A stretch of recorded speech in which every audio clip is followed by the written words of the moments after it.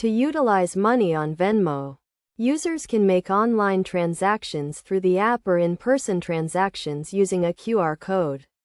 First, it's essential to confirm if you have access to your Venmo balance by clicking on the wallet option in the app. If this option is not available, you will need to provide identification details to unlock it. To make a transaction using the app, tap the main button, enter the recipient's name and the desired amount, select Venmo balance as the payment method, and then tap Pay to complete the transaction. Alternatively, to use a QR code, open the Venmo app, click Scan, and scan the merchant's provided QR code. Specify the amount you wish to pay.